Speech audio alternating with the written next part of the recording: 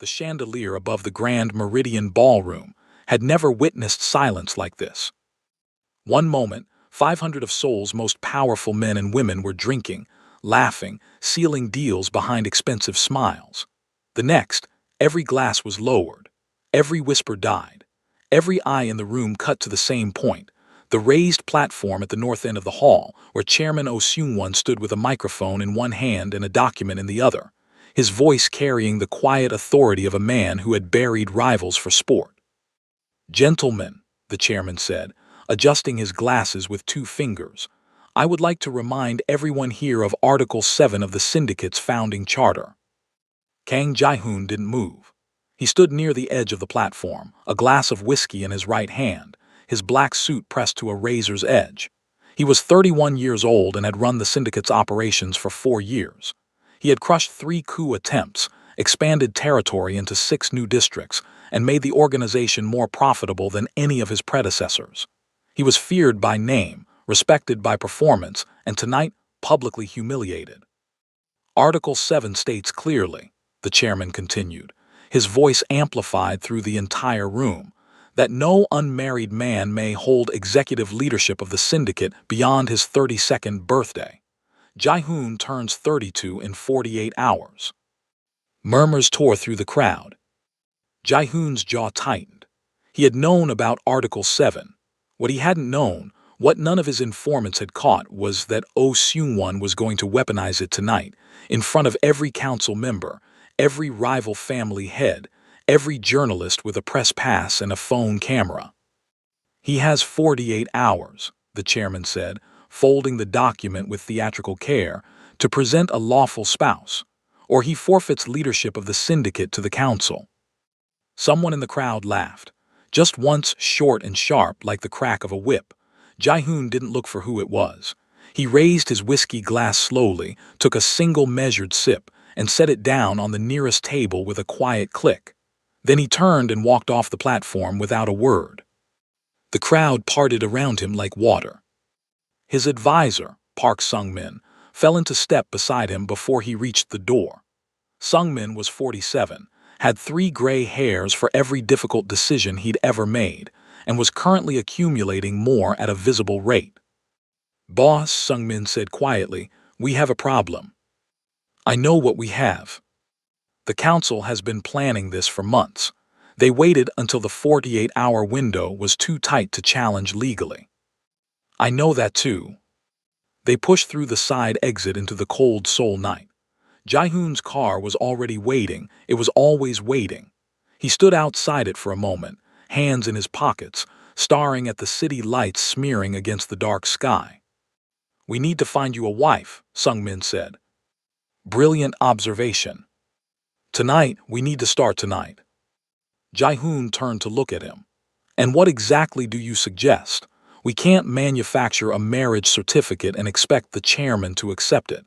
He'll have it verified within the hour." "We don't need to manufacture anything." Sung-min loosened his collar. "We need a real woman, a real registration, and 47 hours left. I have a list." Jae-hoon got in the car. By midnight, he had reviewed 6 names. Senator Yoon's eldest daughter, who wanted a government alliance and made no effort to hide it.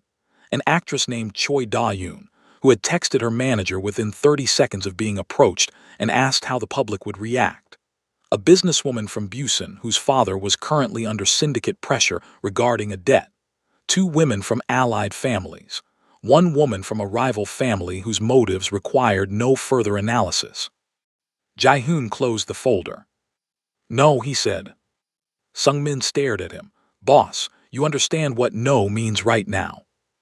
Every single one of them wants something that has nothing to do with me. I marry any of them. I spend the next year being leveraged, manipulated, or watched.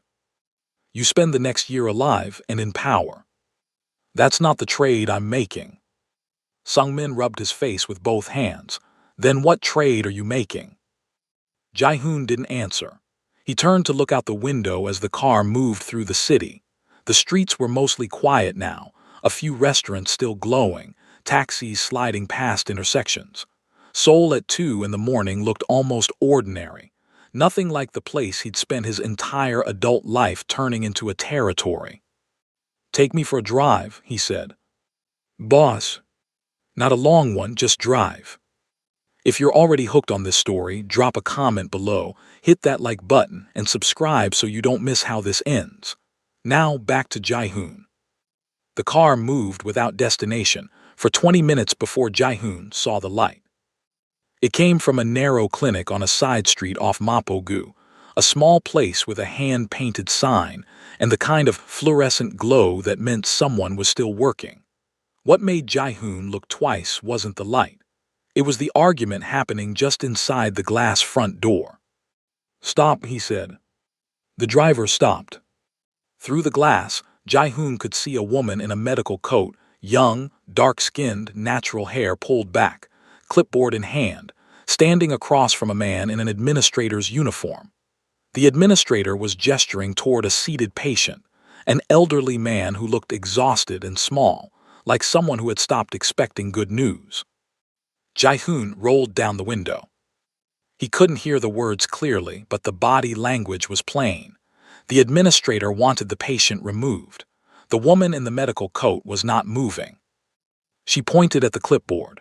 The administrator shook his head. She pointed again, this time at the patient, then back at the clipboard, her posture leaving no room for interpretation. She was not asking. She was not pleading.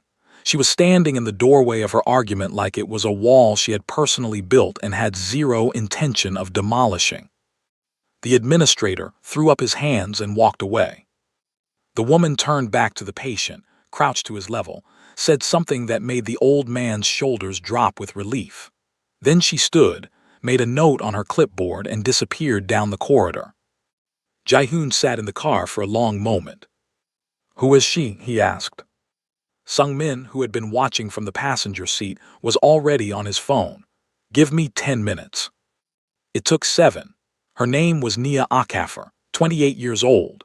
Nigerian-born, raised in Lagos, completed her undergraduate degree in Ibadan, received a scholarship for her medical internship in Seoul 14 months ago. No criminal record, no political affiliations, no family connections to any known organization. Currently renting a small apartment in Mapo-gu, 3 blocks from the clinic. "She's nobody," Sung-min said, meaning it as a problem. Jae-hoon heard it as something else entirely. He got out of the car. The clinic's front desk was unmanned at this hour. Jae-hoon walked past it without slowing, following the corridor until he heard movement behind a curtained bay, the quiet efficiency of someone who worked alone and preferred it that way. He stopped at the edge of the curtain. "Dr. Okafor." The curtain pulled back sharply. Nia stood with a blood pressure cuff in one hand and the expression of someone who had already had a long night and was prepared to make it longer if necessary. She looked at him, really looked, the way people rarely did with Jae-hoon, most eyes skipping away too quickly out of instinct. "The clinic is closed to walk-ins after 11, she said. "Are you injured?" "No." "Then you'll need to come back during." "I watched you argue with the administrator earlier about the patient." She paused. "Are you from hospital management?" "No." "Then I'm not sure why that's your business." "It isn't," Jae-hoon said. "I'm here for a different reason."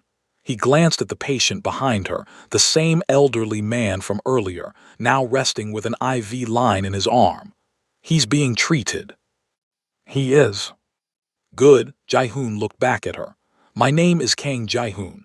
I'd like 5 minutes of your time when you're finished here." Something shifted in her expression, not recognition, not fear, more like assessment. She was measuring him the way a doctor measures a patient who hasn't been honest about their symptoms yet. "5 minutes," she said. "Wait outside." He waited.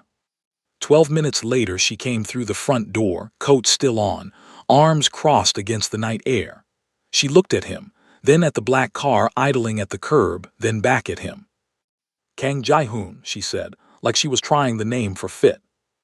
"You don't know who I am." "Should I?" "Most people in this city do." "I've been in this city 14 months. She said, "I work 12-hour shifts. I don't follow local news. So no, I don't know who you are and that doesn't embarrass me. What's your 5-minute reason? Jae-hoon looked at her for a moment. In his entire life, no one had spoken to him quite like this, not rudely, not aggressively, just completely without performance. She wasn't trying to impress him or soften him or read his reaction. She was simply present, waiting, a little cold and entirely real. He said it plainly. I need a wife.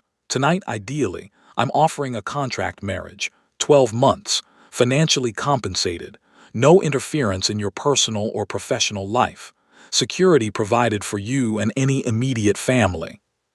Nia stared at him. Then she laughed, a short, genuine sound, like she hadn't expected to find anything funny today and was annoyed that she had. Okay, she said, I'm going back inside. I'm not joking. She stopped, turned back, read his face. You're not joking. I have 46 hours left. A council of men I've spent 4 years managing wants to remove me from power using an obscure charter rule about marital status. I need a legally registered spouse.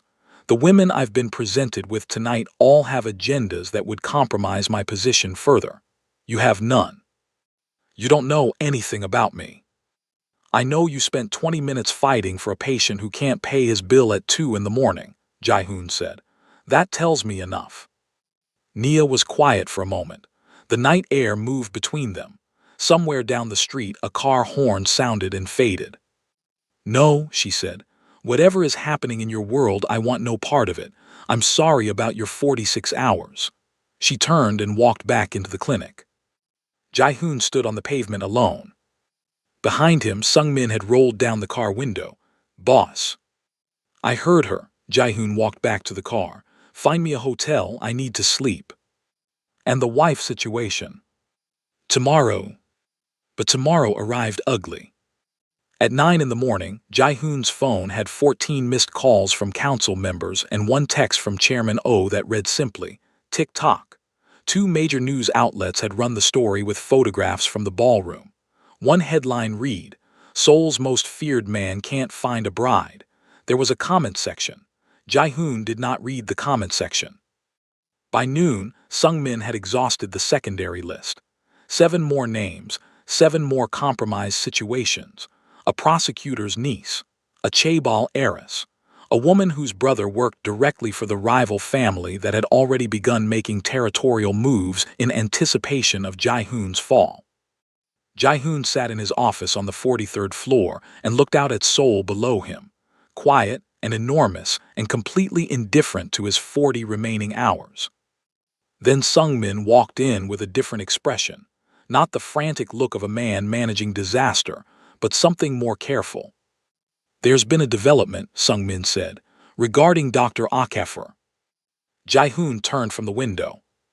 Her younger brother, Emeka Akafor, 23 years old, currently studying in Seoul on a student visa, witnessed something last Tuesday he shouldn't have. He was near the Dongdaemun warehouse district, wrong time, wrong street.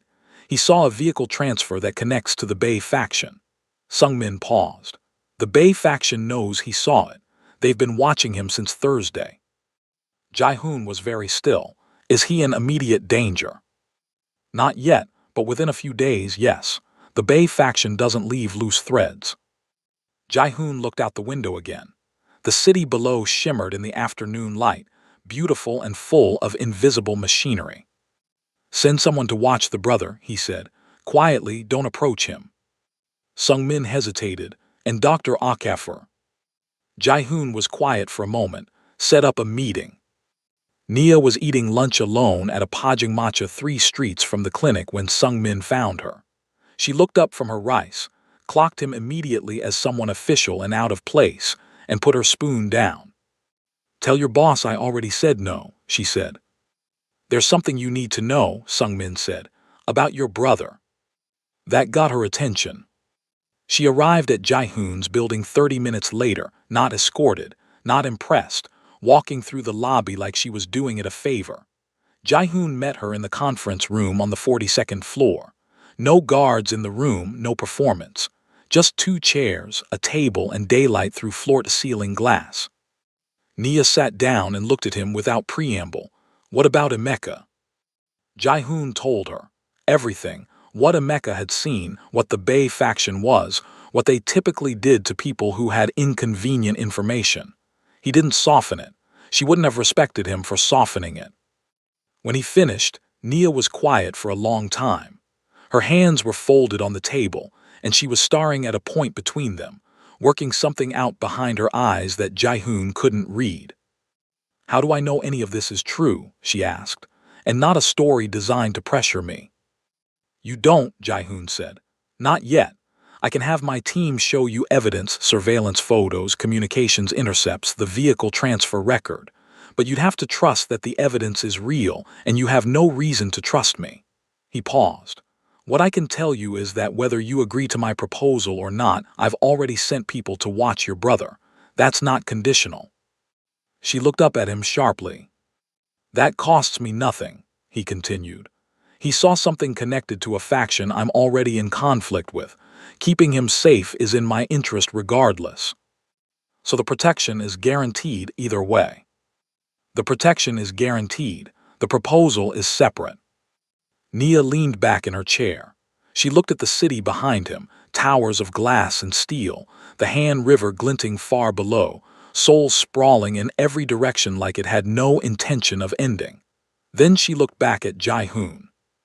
"If I agree," she said, "I need it in writing, every condition, clearly." "Of course. Emeka gets round-the-clock protection until the threat from this Bay faction, you said, is resolved. Not just while the contract is active, until it's resolved." "Agreed." "The marriage lasts exactly 1 year from the date of registration. Not a day more without my written consent." "Agreed." "I keep my internship, my schedule, my life. I am not available as a prop for events or appearances beyond what's legally necessary to satisfy your council's requirements." Jai-hoon almost smiled. "Agreed." "I want a separate room. The East Wing has 4. I want the one furthest from yours."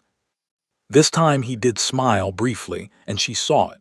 Something shifted slightly in her expression, not warmth, but a recalibration. Like she'd expected him to resist that condition and was mildly surprised that he hadn't. "One more thing," Nia said. "At the end of the year I walk away. No complications, no extensions, no sudden new reasons I need to stay." Jai-hoon looked at her steadily. "When the contract ends, you're free. That's not something I'd argue." "Then I want it in the document anyway." "Done." She took a breath. "Call your lawyers." By 6 in the evening, the contract was drafted, reviewed by Nia's chosen independent counsel, a sharp woman she'd found through her embassy contact within the hour, which Jai-hoon noted quietly and signed. The marriage was registered through an emergency administrative filing that Sung Min had spent 3 hours arranging across 2 government offices. At 7:55 in the evening, with 26 hours remaining on the council's deadline, Kang Jai-hoon and Nia Akafor were legally married. They stood in a government registrar's office that smelled faintly of old paper and floor cleaner, with 2 staff members as witnesses and Sung Min, standing near the door trying not to look like he'd been awake for 38 hours straight. The registrar handed them each a copy of the certificate and congratulated them with the practiced warmth of someone who had done this 300 times. Nia looked down at the document in her hands. Jai-hoon watched her face. Whatever she was feeling, she kept it sealed behind a very competent expression. Then she folded the certificate, put it in her coat pocket, and looked up at him. "What happens tomorrow?" she asked. "Tomorrow," Jai-hoon said, "we walk into the council meeting together. And they'll accept it. They'll have no choice." She nodded once. "Then I'm going home tonight. I have a shift in the morning." "A car will take you." "I can take a taxi."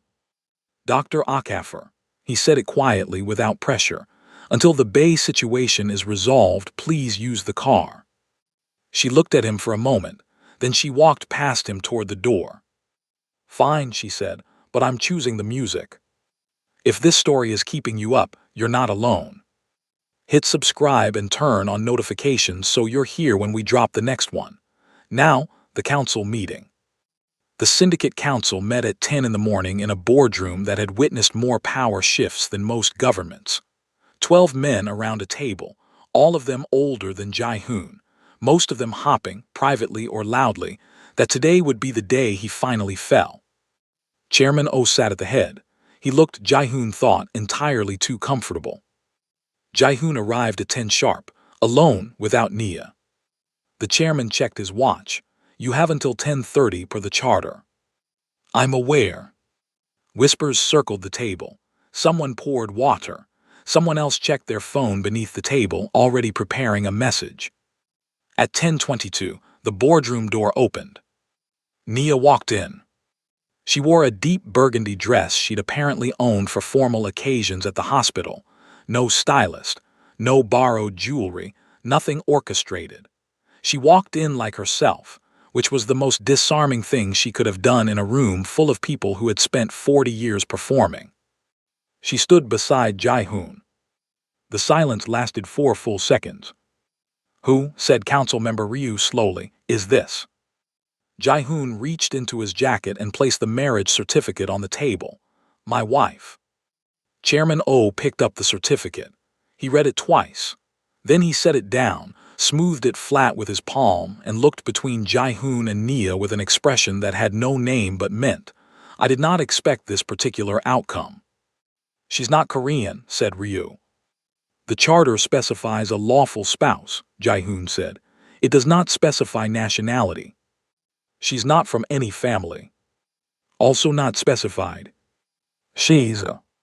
My wife, Jae-hoon said again, his voice carrying no heat and all the warning in the room. You have the registered certificate. You have the government seal. I have fulfilled Article 7 in full and on time. If anyone at this table has a legal objection, I suggest they bring it through proper channels. He looked around the room slowly, landing on each face. Today. Nobody spoke.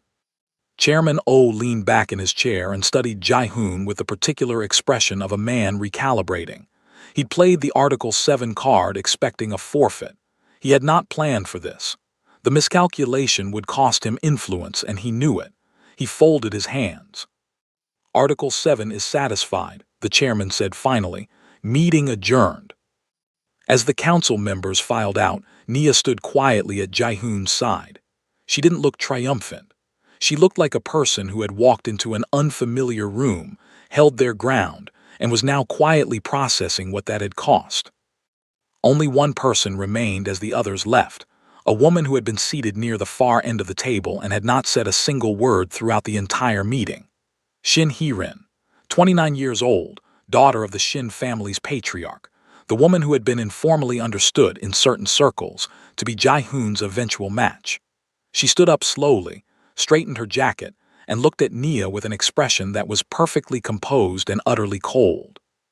She said nothing to Nia. She looked at Jae-hoon. Congratulations, she said. The word had a very different shape than the one in the dictionary. Then she walked out. Nia waited until the room was empty before she said anything. Who was that? Someone who expected things to go differently today. Should I be concerned about her? Jae-hoon picked up the certificate from the table. I'll handle Hee-rin. That's not an answer. He looked at her. Yes, you should be aware of her, but you won't be in danger. I won't let you be in danger. Nia absorbed this with the same careful steadiness she seemed to apply to everything. Okay, she said. Now what? Now, Jae-hoon said, you come home. His home was a 4-story residence in Seongbuk-dong, understated from the street, enormous from the inside, staffed by people who moved quietly and asked no questions. Nia walked through it the first night with the expression of someone completing a medical assessment. She noted the security cameras, the staff positions, the exits. She chose the East Wing room as agreed and closed the door at 9:30 after eating dinner alone at the kitchen counter because the formal dining room, she informed Sung-min, was absurd for one person. The first week was a careful distance. Jae-hoon left early and came back late. Nia kept her clinic shifts and came home to the East Wing without looking for conversation. They passed each other occasionally in the kitchen or the hallway, brief, polite, almost formal. Then on the 8th day, Jae-hoon came home at midnight to find Nia sitting on the kitchen counter eating instant ramen and reading a medical journal with her shoes off. He stopped in the doorway. She looked up. "There's another packet if you want one." He should have said no and gone to his office. Instead, he took off his jacket, sat at the counter, and ate instant ramen with his wife at midnight for the first time in his life. They didn't speak much, but the silence was different from the silence of the first week. It had less architecture in it, less intentional structure. It was just two people eating noodles in a kitchen. "Your patient," Jae-hoon said eventually. "The elderly man from the clinic, is he recovering?" Nia looked at him, briefly surprised. "Yes, he was discharged 4 days ago. How do you know about his recovery?" "I had someone check." "You had someone check on my patient?" "I had someone check that the billing issue was resolved," Jae-hoon said. "It seemed like something you'd want handled." Nia stared at him. "Did you pay his bill?" Jae-hoon said nothing, which was an answer. She turned back to her ramen. A long moment passed. "Thank you," she said quietly. He didn't say it was nothing because to her, clearly it wasn't nothing. So he just nodded. That was the first real conversation. After that, they happened more often, not designed, not performed, just occurring in the margins of two people living in close proximity. She asked questions about his organization with the directness of someone who preferred information to imagination. He answered more honestly than he had ever answered anyone, which surprised him consistently. She told him about Lagos, about her father's pharmacy that had closed during an economic downturn, about putting herself and her brother through school on a combination of scholarships and small jobs, about choosing medicine because she believed in it in a way she couldn't articulate without sounding naive, so she usually didn't try. "You don't seem naive about it," Jae-hoon said one evening. They were on the terrace, the city spread below them, the air cold enough to see breath. "Medicine?" she asked. "Any of it? You don't seem naive about anything." "I've had to not be," she said. "Naive doesn't survive much." She glanced at him. "You know that." He did. He'd known it since he was 14 years old. But hearing someone else say it without performing sympathy or expecting anything in return, that was new. He looked at her and felt something shift in his chest that he recognized, dimly and with considerable alarm, as the beginning of a problem. He wasn't supposed to feel anything. That had been the entire architecture of the arrangement. Weeks passed, months followed. Jae-hoon found himself making decisions differently, sitting with problems longer, considering second-order consequences he'd previously dismissed. Once, during a council negotiation, he chose a resolution that cost him a short-term gain, but avoided harm to a group of workers caught between two territorial disputes. Sung-min stared at him for a full minute afterward. "Boss," Sung-min said, "that's not how we usually." "I know," Jae-hoon said. "It's how we're doing it now." He started paying attention to what she paid attention to. He read 2 papers from the medical journal she left on the kitchen counter. He didn't understand all of it, but he read them. She, meanwhile, had quietly adapted to the house, not to the power of it, not to the wealth, but to the rhythms. She knew which kitchen staff arrived earliest. She'd learned Sung-min's actual name and used it, which Sung-min found mildly destabilizing. She had argued with Jae-hoon twice in the span of a month about organizational decisions she'd overheard, and both times, though he'd initially pushed back, he'd come around to her view. "You should have been a prosecutor," he told her after the second time. "I should have been a lot of things," she said. "I chose the thing that mattered most." He wanted to ask what mattered most now. He didn't, because asking that question felt like crossing a line that the contract had drawn, and he had agreed to that contract, and he was, despite every other thing he was, a man who kept his word.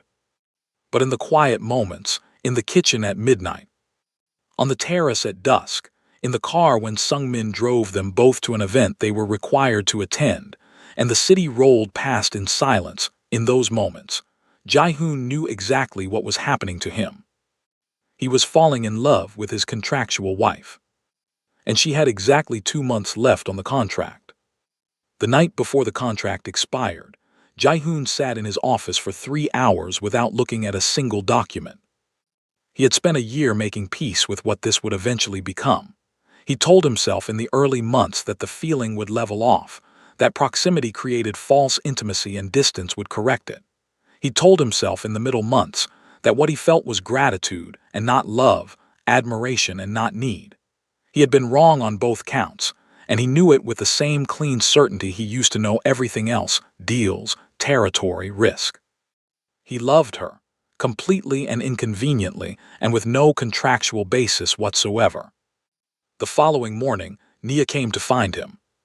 She was already dressed for the clinic, coat on, bag over her shoulder, the composed version of herself that she put on like armor each morning. She found him in the kitchen, standing at the counter with coffee he hadn't touched. "Today's the day," she said. "I know." She set her bag down. For a moment she didn't say anything, and Jae-hoon didn't push into the silence because he was afraid of what filling it would cost him. "My brother is safe," she said. "The Bay situation resolved 3 weeks ago, permanently." "I know, you told me." She looked at him. "You kept every condition." "I said I would." She nodded slowly. She picked up her bag again. "I want you to know," she said, "that this year the contract, it wasn't what I expected." "What did you expect?" "Something transactional, something I'd survive and move past." She paused. "I didn't expect," she stopped. Jae-hoon waited. She shook her head slightly, as if correcting herself, and looked at him with that clear, direct gaze that had disarmed him the first time he'd seen it on a side street in Maplegu at 2 in the morning. "I'm going," she said. He nodded. "I know." She walked to the door, stopped with her hand on the frame, didn't turn back. "Take care of yourself, Jae-hoon," she said. She left. The house, which had been loud with her presence for 12 months, her voice in the kitchen, her footsteps in the east wing, her quiet reading on the terrace, went quiet in a way Jae-hoon had not experienced since before she arrived. He had forgotten what silence felt like when it had nothing in it. Sung-min appeared in the doorway 20 minutes later, took one look at Jae-hoon's face, and did not say a single word for almost a full minute. "Then, boss." "Not now, Sung-min." "Okay." A pause. "Just for what it's worth. She asked about you in the early months when you were working late. She'd ask if you'd eaten." Jae-hoon looked at him. Sung-min shrugged, which was the most communication he'd done with his shoulders in 47 years. "Just for what it's worth," he said again, and left. 3 weeks passed. Jae-hoon ran the syndicate, attended meetings, made decisions, crushed a minor territorial incursion from the Bay faction's remnants with the kind of precision that reminded everyone, briefly, why he'd been feared in the first place. He ate alone at the kitchen counter and thought about a woman who had once sat beside him eating instant ramen and never asked him to be someone he wasn't. On a Thursday evening in late autumn, he made a decision. Not a syndicate decision, not a strategic calculation, just a decision about himself, the kind he hadn't made since he was very young and still believed in choosing things for reasons that had nothing to do with power. He told Sung-min he was going out alone. Sung-min opened his mouth. "Alone," Jae-hoon said. He drove himself, which he hadn't done in 4 years, through streets he knew from the inside out, across the city to a hospital in Maplegu where a certain doctor had recently taken up a permanent position. He parked across the street. He sat in the car and looked at the building. He did not have a plan. He had not prepared anything.